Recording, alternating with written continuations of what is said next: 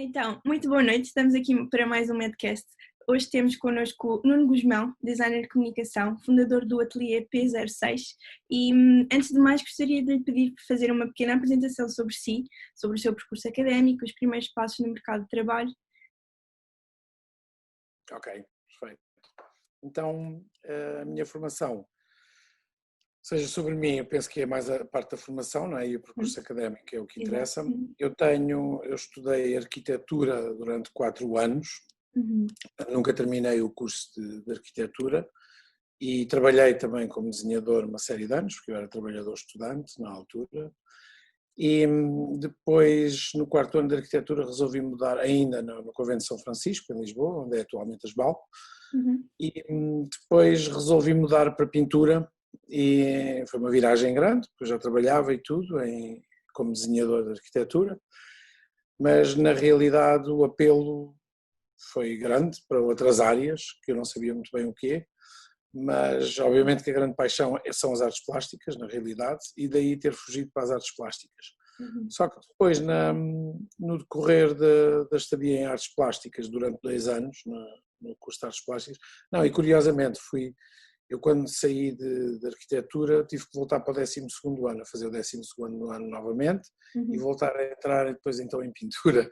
Eu fiz esse processo todo e fui para a pintura, mas depois acabei por, naturalmente, por uma necessidade até financeira de vida e de sobreviver, fui fazendo alguns trabalhos deste misto que havia muito na altura na faculdade, quando ainda era tudo junto, de fazer uns folhetos, umas medalhas, tudo isto tem a ver com escultura, com design de comunicação e pronto, e além disso eu estava em artes plásticas, que tinha também o primeiro ano era em conjunto com as pessoas de design, que apareceu na altura, aliás minto, não havia design ainda, o que existia era uma cadeira de comunicação.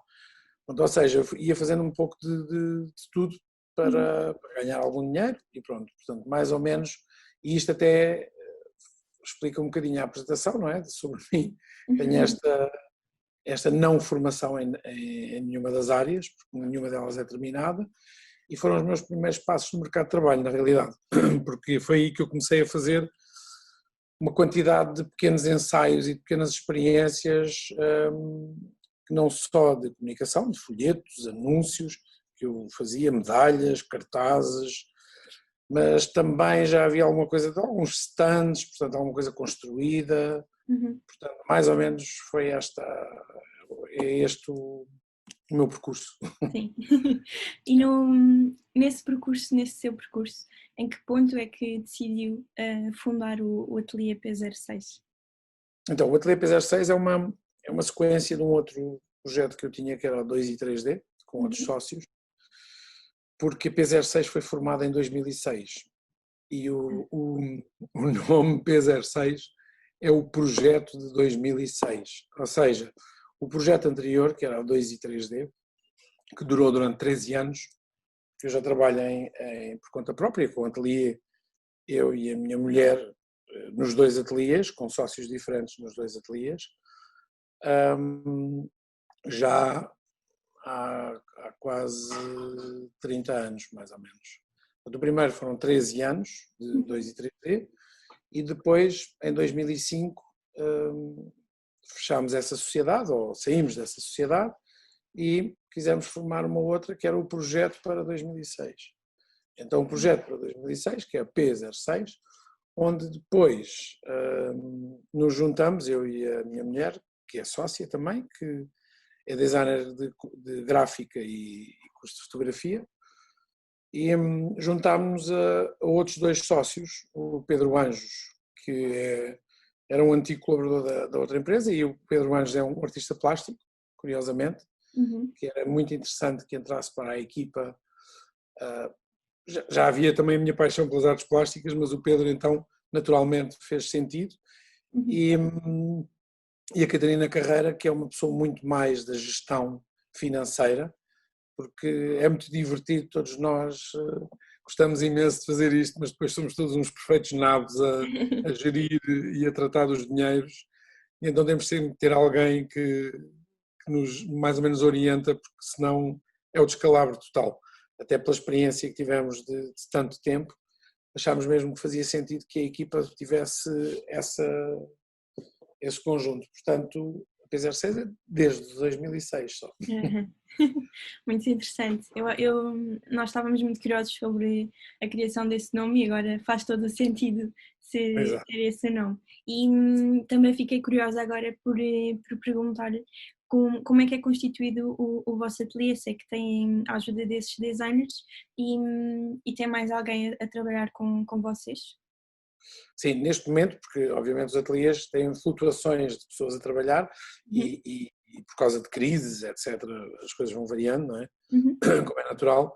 Nós neste momento somos 15 pessoas no ateliê que estão a trabalhar, 4 sócios, que é com esta configuração que eu estava a dizer. Sim. Eu, a Estela e o Pedro como criativos, como diretores criativos, ou seja lá o nome que for, não é? É o nome que se quiser dar. E depois a Catarina na parte da gestão financeira. E depois temos designers de equipamento e designers de comunicação. Ou até arquitetos às vezes, como temos também neste momento uma jovem arquiteta a trabalhar connosco, porque às vezes os trabalhos requerem um bocadinho mais essa valência e essa experiência. Portanto, agora é muita gente, está muita gente a trabalhar.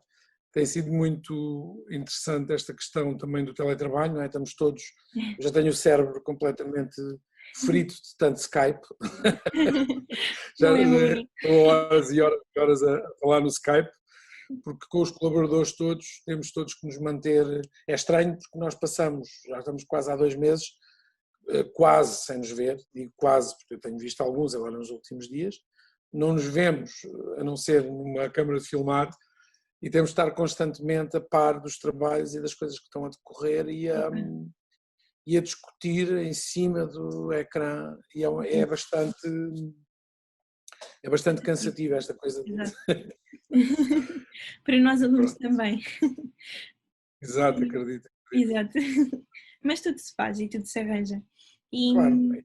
E na vossa área, na área do design, como é que caracterizariam o vosso ateliê? O que é que vos diferencia das outras entidades? Nós somos um ateliê muito mais virado para aquilo que nós chamamos de design de ambientes. Sim. Ou seja, que é uma área bastante transversal, que tem uma quantidade de coisas, desde a luz, a cor, texturas, comunicação gráfica.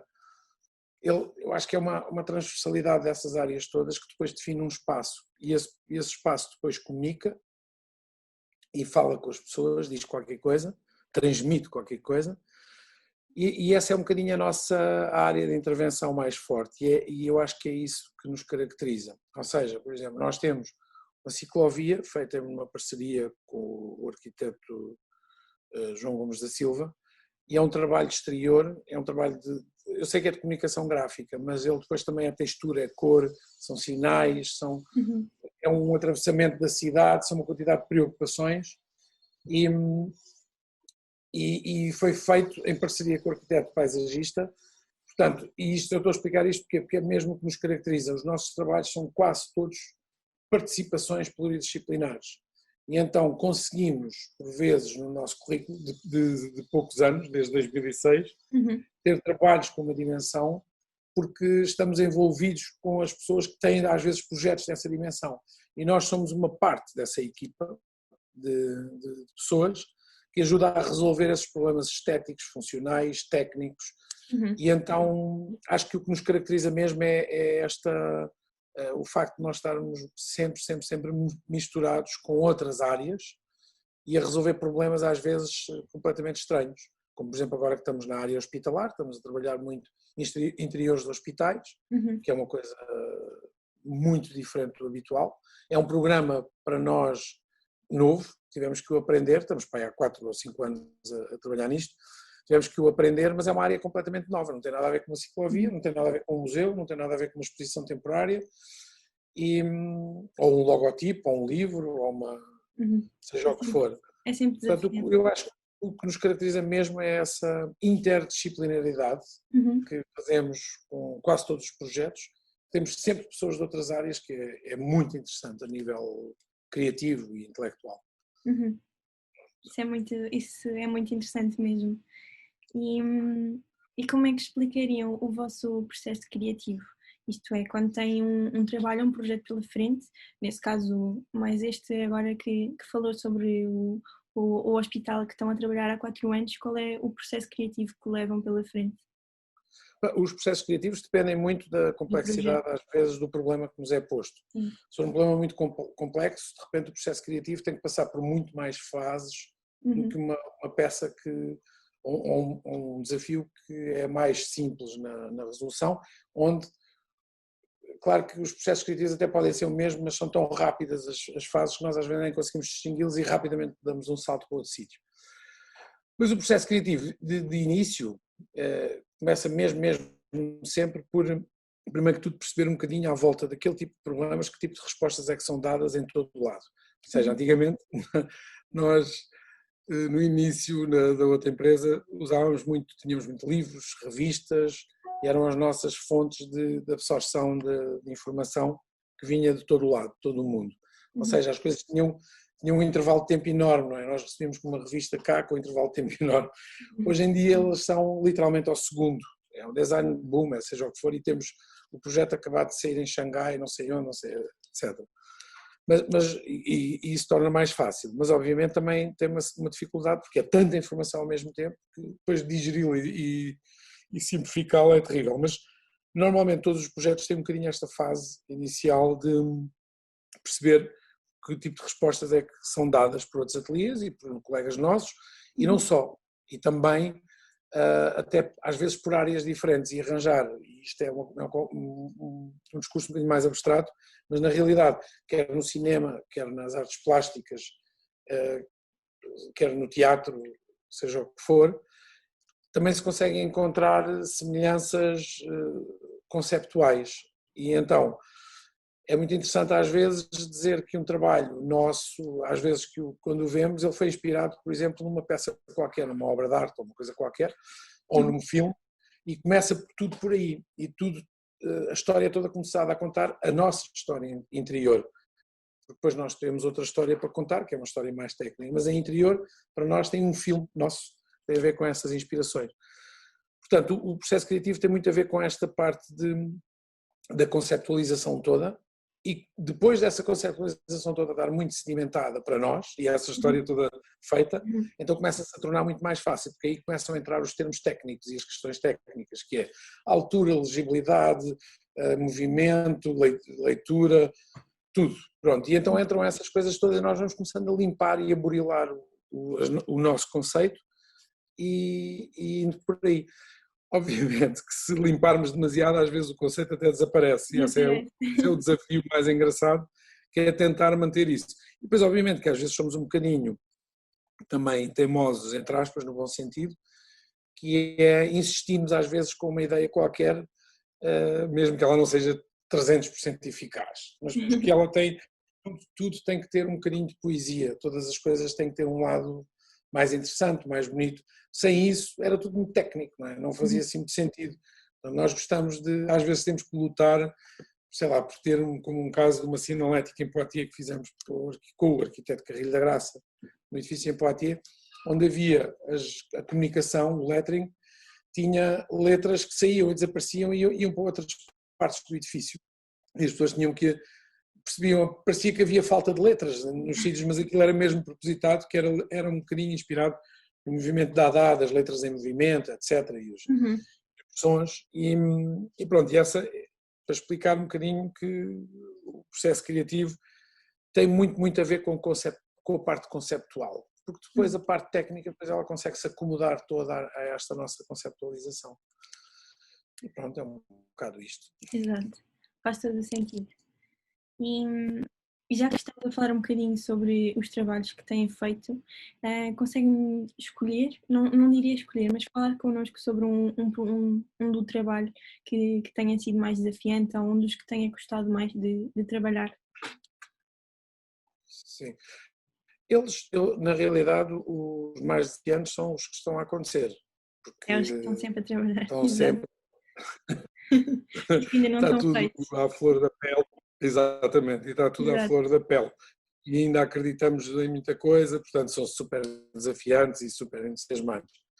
Mas, por exemplo, a ciclovia que eu estava a falar, para além de outros, temos também bem fortes, mas a ciclovia tem esse lado, eu acho que esse lado muito experimental, que é o que, voltando um bocadinho à outra pergunta, que também nos caracteriza muito, este lado experimental, que curiosamente o João Gomes da Silva, quando nos perguntou, porque ele é que tinha sido contratado como arquiteto paisagista para fazer um troço de uma ciclovia na cidade, não é? Que é esse o técnico chamado para resolver, e que lançou o desafio de fazia sentido se calhar colaborarem neste projeto.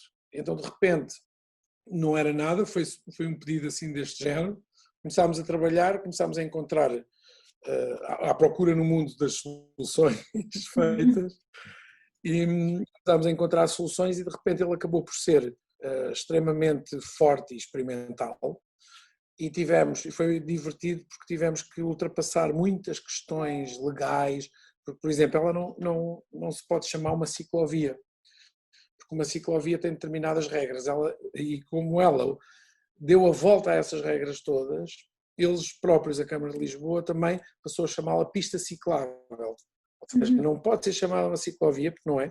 Não tem as cores das ciclovias, as regras das ciclovias. Então chamaram-lhe uma pista ciclável porque ela tem outras características. Então isso para nós é um feito incrível, achamos isso super interessante, podemos ajudar a mudar, não é? O curso daquilo. E foi um trabalho muito interessante, mas obviamente que o arquiteto paisagista João Gomes da Silva também tem que ter uma abertura de espírito muito grande para embarcar nestas coisas também, não é? Como é óbvio. Sim. E pronto, eu posso destacar esse como um trabalho de referência. Já é muito antiguinho, mas obviamente que os que estamos a fazer agora são muito mais fixes. Acredito que sim. Então, uma das últimas perguntas que gostaria de lhe perguntar era se gostava de deixar aos nossos alunos, mais os focados em design, algum conselho para quando começarem a entrar no mercado de trabalho, algum conselho que lhes queira dar? Em termos de conselho mesmo, conselho que tem a ver um bocadinho com a minha experiência de vida, a todos os níveis, não para entrar no mercado de trabalho, mas para entrar na vida profissional toda. Eu destaco sempre a observação, porque acho que a observação, uma boa capacidade de observação das coisas e consequentemente, uma descodificação daquilo que estamos a ver, mental e intelectual, eu acho que é um bocadinho a chave para entender as coisas que gostamos e que não gostamos em determinadas coisas. E ao identificar bem as coisas que gostamos e as que não gostamos, também conseguimos depois fazer coisas que gostamos e não gostamos. É um bocadinho como saber desenhar. Para se desenhar não é a mão que tem jeito para desenhar, é o cérebro que tem jeito para mandar ordens à mão. Portanto, para mim é um bocadinho isso, é a questão da observação, é o que nos dá a elasticidade para depois conseguir mimetizar ou reinterpretar noutras áreas. E acho que a observação é mesmo a parte mais interessante. E por isso é que eu, agora retomo também um bocadinho ao início da minha conversa, que é artes plásticas, cinema, teatro, todas as formas de expressão estética e culturais são boas fontes de inspiração e são boas fontes para este nosso processo criativo. Estamos a falar de design, estamos a falar de arquitetura, estamos a falar de pintura e também eu trabalho muito com arquitetos, portanto os processos mentais acabam por ser muito semelhantes para chegarmos a diferentes objetivos, obviamente. As questões técnicas é que são muito diferentes entre todas as áreas depois. Claro. Então, faço então uma última pergunta. Gostaria de deixar uma mensagem aos nossos alunos neste momento de isolamento social, que já não é bem isolamento social, já deixámos de ser esse total isolamento, mas uma mensagem nestes tempos mais complicados. E essa pergunta é que é mais complicada. Deixou difícil para o fim. Eu acho que é só mesmo não parar, porque isto é tudo tão estranho para toda a gente. E isto é mesmo, às vezes eu ainda tenho o meu cérebro ainda acha que que é um sonho. Sim. E de repente, não, isto não aconteceu mesmo, ou não está a acontecer. Não. Portanto, é tão estranho quanto isto, ou seja, ainda não está completamente. Portanto, a única coisa, o único conselho mesmo é não pararmos, porque senão é uma tristeza e não nos adaptarmos. Aliás, tristeza é não nos adaptarmos, temos mesmo de nos adaptar e tentar dar a volta o mais depressa possível, porque é uma chatice isto é uma seca. Um bocadinho, sim. Como eu estava a dizer ao início, eu tenho o cérebro já farto de Skypes e Zooms e Teams e Microsoft Teams e já nem sei quais são as plataformas. É verdade. Pronto, é assim. Mas pronto, muito obrigada por ter aceito este convite, por ter estado aqui um bocadinho connosco. Gostávamos muito de ter e até breve. Ok, obrigadíssimo, até breve também e boa sorte a todos. Tá? Obrigada.